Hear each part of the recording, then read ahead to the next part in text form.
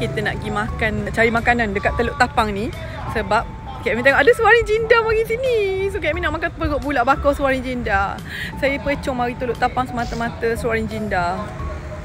Lepas tu banyak kot Kak Min tengok jual, so kita jom tengok apa yang ada. Masuk-masuk je pintu depan, terus abang ni ulu-ulu kita. Weh, nasib baiklah dok nopak. Lepas tu kita pun sebab anak-anak tengok macam ada petting zoo, so kita masuklah dalam ni. Murah je, RM5 je kanak-kanak. Dewasa RM7 tu silap Kak Mi. Binatang macam ni je lah ada. Kak Mi dok leh sikit kalau binatang-binatang gini. Ada iguana. Suami Kak Mi bela belaka tapi Kak Mi dok pernah sentuh pun. Even burung pun Kak Mi dok pernah sentuh. Kak Mi tak tahulah kenapa.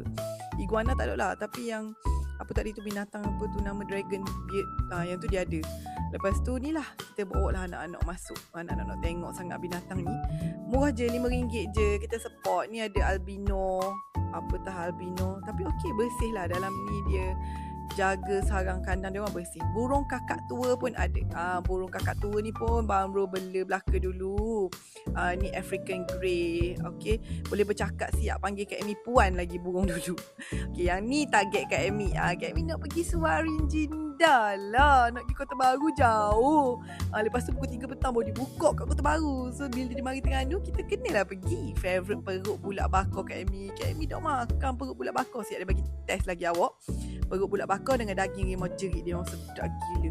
Kak Amy dok makan perut bulat bakar selama ni, tapi sebab kawan-kawan Kak Amy semua bawa Kak Amy mari sini, Kak Amy jadi berani. Okey, lepas tu kita beli pizza. Rani anak pizza, Rani memang suka gila makan pizza. So kita belilah sebiji dekat dia. And then jalan-jalan lah. Biasanya hari ni Khamis kan, so dok bolok mana lagi lah. Esok Jumaat Sabtu memang crowded. So Kak Mi decide untuk pergi hari ni demi Suaring Jinda ku. Memang Kak Mi nak pergi beli Suaring Jinda je. Okay, lepas tu kita pun pergi Patamiami. Nak pergi makan dekat Patamiami, berkelah tepi pantai. Lepas tu kita ada dessert. Kak Mi berhenti sekejap beli dessert. Macam ni lah hidup di Terengganu ya. Pantai sekeliling jalan kita, gimana-mana semua pantai. Mu gimana-mana memang pantai. So ni donat udang Suaring Jinda kita nak rasa.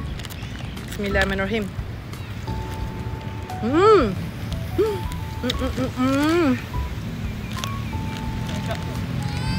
Betul-betul udang kat dalam.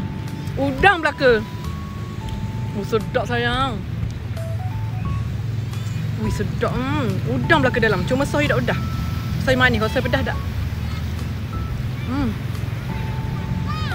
Tak capung. Sama udang. Tak. Dia belang ke? Kena cicuh tu, sos hijau sedap. Sos perut. Sedap gila.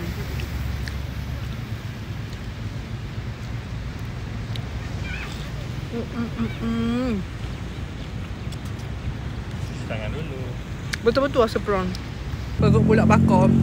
My favourite perut bulat adalah Suaring. Cik Mi mula-mula belajar makan perut bulat pun Suaring Jinda. Sedap. Kak Mi tak pernah makan tau. Perut yang dalam misut tu pun Kak Mi tak makan sampai sekarang. Tapi perut bulat ni lepas sekali try